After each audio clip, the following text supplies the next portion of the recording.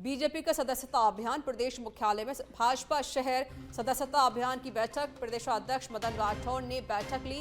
Cabinet मंत्री राज्यवर्धन सिंह राठौर भी इस दरमियान मौजूद रहे।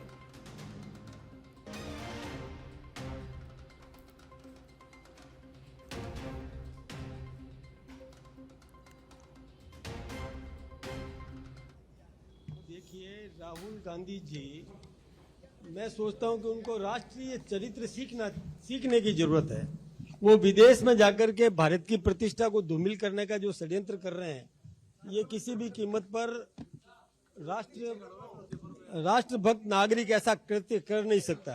उनको अपने दादी जी से सीखना चाहिए कि जब उनकी दादी जी विदेश में गई थी, उनका जीप कांड घोटाले में उनका नाम आया था और उनको गिरफ्तार भी किया गया था। जब वहां विदेश में उनसे पूछा गया तो उन्होंने कहा कि बोले नहीं, आप मेरे से भारत के बारे में कोई सवाल या भारत की प्रतिष्ठा के खिलाफ में कोई सवाल मेरे से नहीं करें, न मैं उसका कोई जवाब दूंगी। तो अपनी दादी से सीख लेते वो। अभी वहां विदेश में जाकर के और भारत की प्रतिष्ठा को धूमिल करने का जो षड्यंत्र कर रहे हैं, मैं सोचता हूं कि बहुत गलत है, निंदनीय है। सब कुछ सामान्य है, बहुत अच्छा है, बहुत अच्छा चल रहा है। वो अपना घर संभाले, हम अपना घर संभाल रहे हैं, हमारे यहाँ बिल्कुल ठीक चल रहा है सब कुछ। देखिए, अभी तो कोई घोषणा हुई नहीं है उपचुनाव की, लेकिन फिर भी जब बैठते हैं तो सभी प्रकार की चर्चा होती है। और बिल्कुल अभी तो सदस्यता अभियान को लेकर के चर्चाएं थी, और इसके अलावा जो भी बैठते हैं तो सभी प्रकार की चर्चाएं। राज्यपाल हरिभाऊ बागड़े ने आमेर महल विजिट किया है। आमेर में शीला देवी मंदिर के दर्शन किए। राज्यपाल के दौरे के दौरान सुरक्षा व्यवस्था भी चाक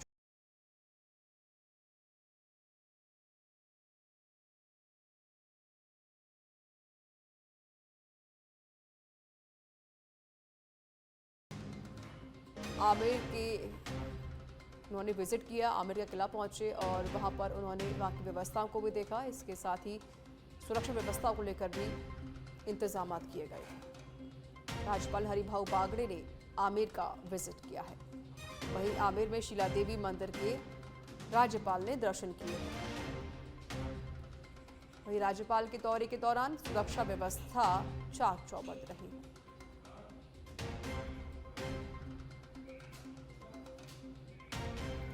और छत्तीसगढ़ को प्रधानमंत्री नरेंद्र मोदी बड़ी सौगात देंगे। जी हां, पीएम मोदी ऑनलाइन जारी करेंगे पीएम आवास की पहली किस्त। पीएम आवास के 8.5 लाख लोगों को पहली किस्त मिलेगी। 15 सितंबर रायपुर के इंडोर स्टेडियम बूढ़ा तालाब में कार्यक्रम होगा।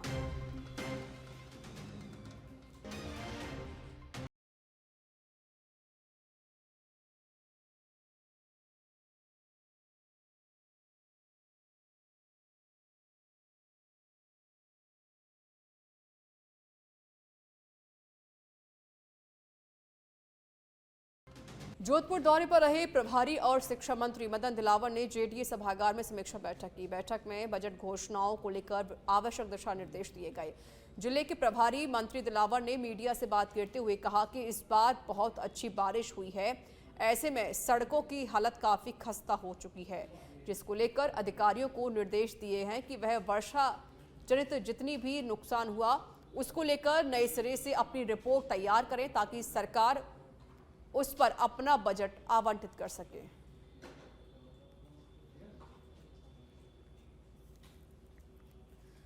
बांसवाड़ा छोटी सरवन ब्लॉक सरपंच संघ टीम कलेक्ट्री पहुंची, जहां छोटी सरवन पंचायत समिति के 21 ग्राम पंचायत में पात्र लोगों के नाम पीएम आवास से गायब हैं। पीएम आवास योजना पात्र लाभार्थियों के नाम और आईडी हटाने का विरोध किया गया। पात्र लोगों के पीएम आवास में हटाए गए नाम वापस जोड़ने की मांग की गई है। साथ ही नाम वापस नहीं जोड़ने पर आंदोलन की चेतावनी भी जारी की गई।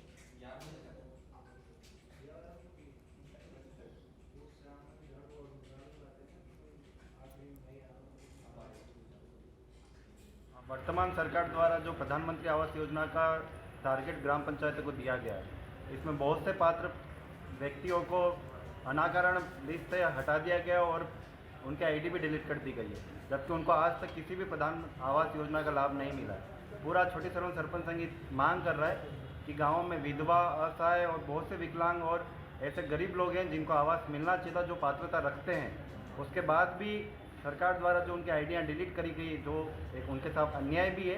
इसलिए सरपंच संघ छोटी सरवन ये मांग करता है कि उन पात्र व्यक्तियों को लाभ मिले, और जब तक लाभ नहीं मिलता है छोटी सरवन सरपंच संघ पूरी ताकत के साथ ये लड़ाई लड़ता रहेगा। और अंततः और जोधपुर में गुरु जंभेश्वर पर्यावरण संरक्षण शोधपीठ की ओर से 2 दिवसीय संगोष्ठी का उद्घाटन सत्र शुरू हुआ है। उद्घाटन सत्र के दौरान जल संसाधन मंत्री सुरेश रावत और राज्य मंत्री के विश्नोई बतौर मुख्य अतिथि के रूप में पहुंचे। संगोष्ठी में राष्ट्रीय वन शहीद दिवस एवं खेजडली शहीद दिवस पर 2 दिवसीय अंतर्राष्ट्रीय संगोष्ठी का आयोजन किया जा रहा है। वहीं अध्यक्षता जय नारायण व्यास विश्वविद्यालय के कुलपति कन्हैया लाल श्रीवास्तव ने की। 12 तारीख समापन समारोह के दौरान राजस्थान के भारतीय जनता पार्टी प्रदेश अध्यक्ष मदन राठौर बतौर मुख्य अतिथि के रूप में शिरकत करेंगे, तो वहीं अध्यक्षता संसदीय एवं न्याय मंत्री जोगाराम पटेल करेंगे।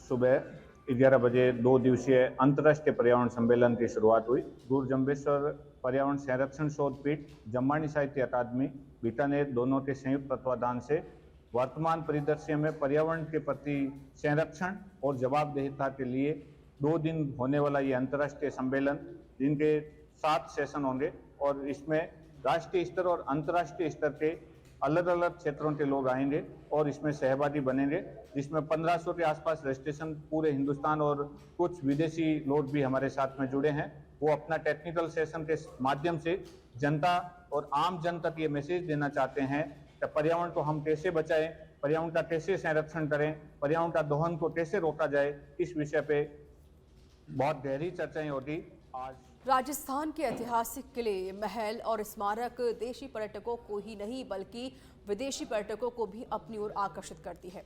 इसी का नतीजा है कि जनवरी से जून 2024 इन 6 महीनों के दौरान जयपुर सहित प्रदेश के विभिन्न जिलों में USA, UK, France, Germany, Bangladesh सहित अन्य देशों के 5,89,607 पर्यटकों ने अपनी उपस्थिति दर्ज कराई। इस बार पर्यटन सीजन में पर्यटकों की संख्या पिछले साल की अपेक्षा बढ़ने की संभावना भी है। राजधानी के ऐतिहासिक धरोहर, गढ़ किले, यहाँ का वैभव और कला संस्कृति विदेशियों को आकर्षित कर रही है। साल दर साल राजस्थान आने वाले विदेशी पर्यटकों की संख्या बढ़ती जा रही है। सितंबर से फरवरी तक पीक सीजन रहता है, लेकिन अब गुलाबी नगरी में पूरे साल भर ही पर्यटकों की धूम देखी रही है।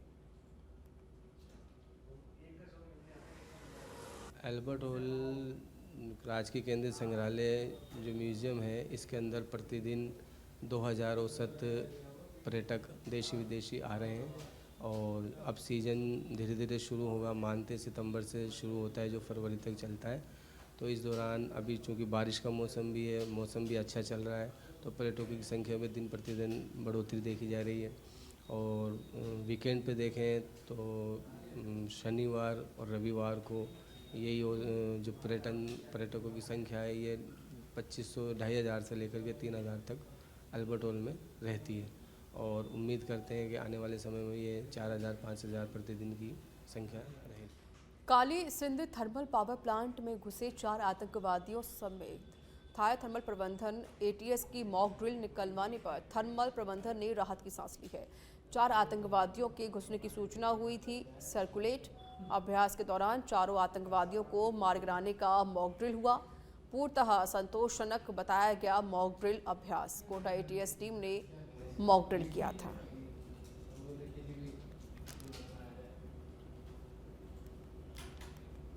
भरतपुर में 15 सितंबर को आलोक संघ की ओर से UIT ऑडिटोरियम में राष्ट्रीय अधिवेशन, राष्ट्रीय चुनाव और प्रदेश स्तरीय प्रतिभा सम्मान समारोह का आयोजन होगा, जिसको लेकर बुधवार को आलोक संघ के प्रदेश अध्यक्ष श्याम सिंह लोधा ने प्रेस कॉन्फ्रेंस की।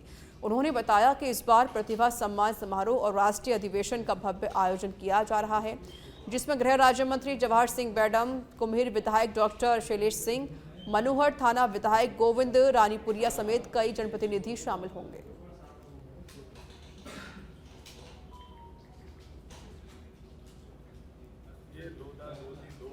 अधिकारी कर्मचारी संघ आलोक, इसका ये कार्यक्रम 14 और 15 को आयोजित किया जा रहा है। 14 तारीख को गोविंद रिसोर्ट कृष्णानगर भरतपुर में प्रांतीय चुनाव और प्रांतीय अधिवेशन संपन्न होगा 15 को यूआईटी ऑडिटोरियम में राष्ट्रीय अधिवेशन, राष्ट्रीय चुनाव एवं प्रांतीय प्रतिभा सम्मान समारोह आयोजित होगा।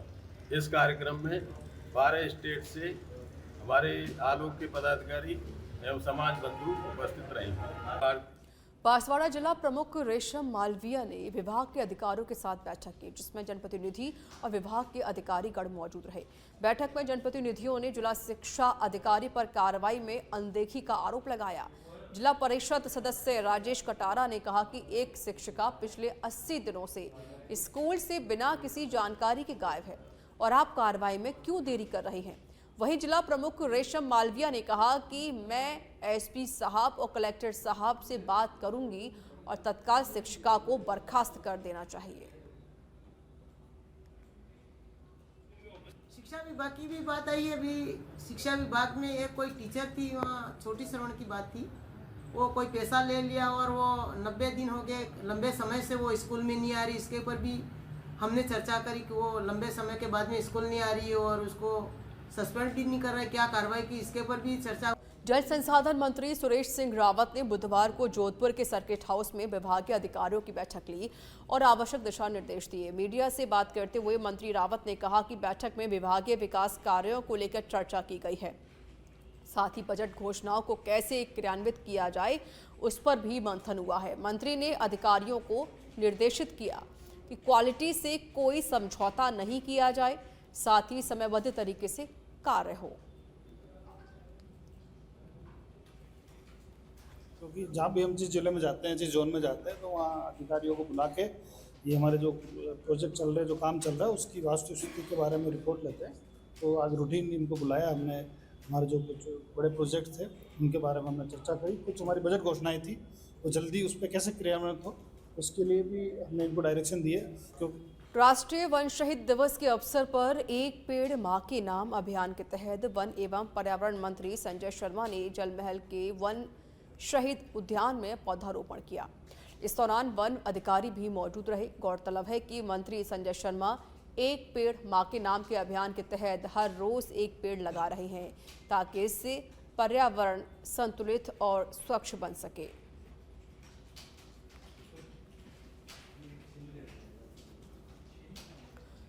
और अब खबर सिरोही के रेवदर से है, जहां पामेरा गांव में घर में लगे इन्वर्टर में करंट फैल गया, जिसकी चपेट में आने से एक युवक की मौत हो गई। पुलिस ने अनादरा अस्पताल में युवक के शव का पोस्टमार्टम कराकर शव परिजनों को सौंप दिया है।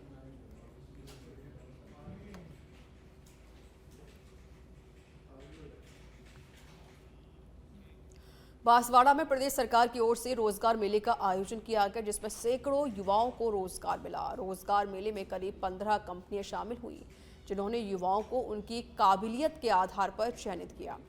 इधर रोजगार पाकर युवाओं के चेहरे खिल उठे और उन्होंने सरकार का आभार जताया।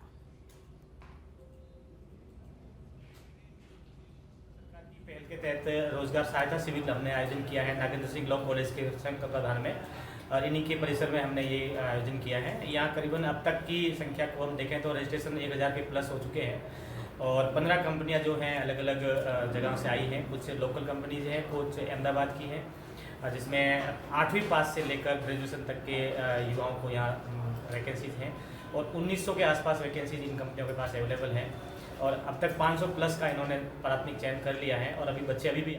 अलवर के राजगढ़ उपखंड क्षेत्र में भारी बारिश के चलते प्राचीन साबोला बांध में सालों बाद पानी की आवक हुई है, जिससे परिक्षेत्र में बसी कॉलोनियों और प्रतिष्ठानों में पानी भर गया।